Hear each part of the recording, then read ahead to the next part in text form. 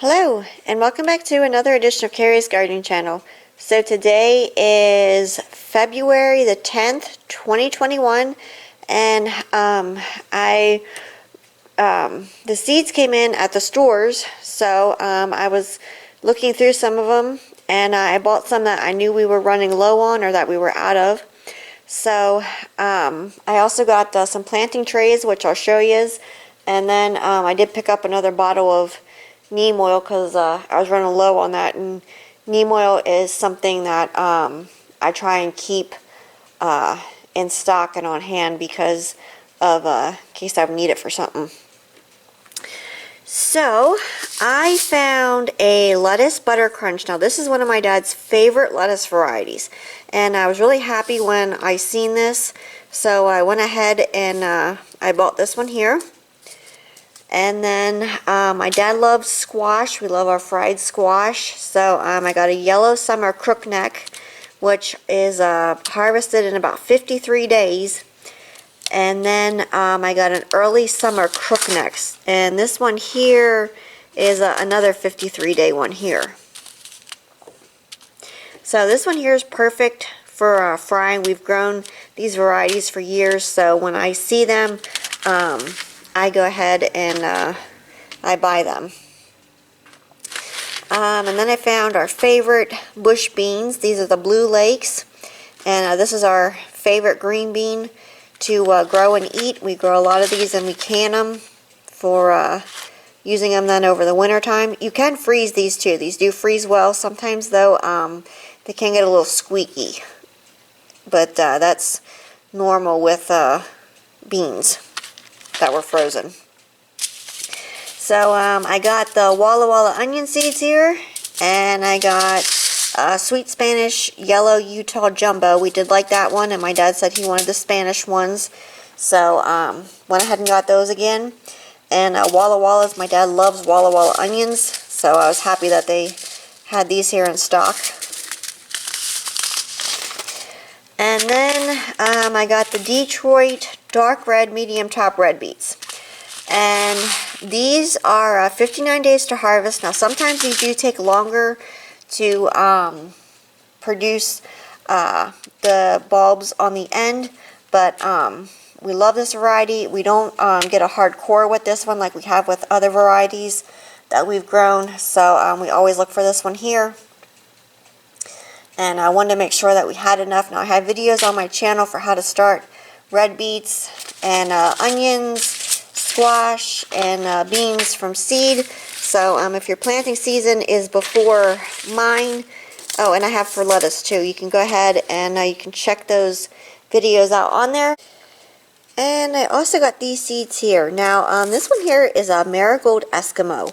I've never tried growing this variety before. I have tried growing other white marigolds, and they didn't do too good, but my mom seen this one here and I decided to give it a try. So this is supposed to be a creamy white bloom on it, and these are supposed to bloom in about 35 to 50 days, and these are supposed to be great for a container. So I'm gonna go ahead and get this one here planted then and try this one here. And then I got my Climax mixed marigolds. Now I am trying other marigolds. I did do a video on this variety, and I was out of seeds. So before I see how the other varieties do, I did get some blooms off of this one. So I decided to keep this one for now and see how my new varieties do before I would get rid of this one here. And I also got a Marigold Mission Giant Yellow. Now this one here is supposed to be an original heirloom from the 1950s, and it was brought back with even higher quality. So it's supposed to have the large chrysanthemum-like flowers. So this one here is about 65 days to bloom. So I'm going to be trying this one here too. I think it has a really neat flower on it, and it appears to look like a chrysanthemum. So I'm excited to see how this one here does. So these here are going to be added to the experiment that I'm doing this year to see how they do and which one does better, because I'm growing the Park Whoppers this year for the marigolds. I have the yellow and the orange. They're already growing. And then I have the Big Duck Gold marigold, and that one's already growing. And then I have the giant yellow and the giant orange hybrid marigolds. So I'm looking for that really nice flowered marigold that has the nice large head and it blooms a lot. So you know, maybe this one here will be one that will do that. So we'll see.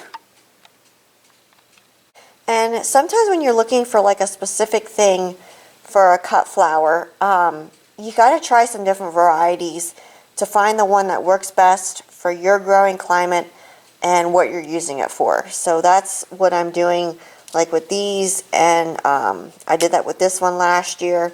And like I said, I got some blooms off of it, but I was looking for one that bloomed a lot more. I love the blooms off of it, but I just need more blooms for my cut flowers. So this is a Pro Hex Professional Seed Starting Tray, and I love this tray. It's one of my favorite growing trays to start my seedlings off in, and I'll show it to you here in a moment. So this has two separate trays in it here, and it does come with a lid and a bottom, which I'll show you here. But I love these trays because they have, it's a completely different shape than like your square planting trays. And what I like about it is the fact that the roots don't grow in that circular motion. They actually grow down.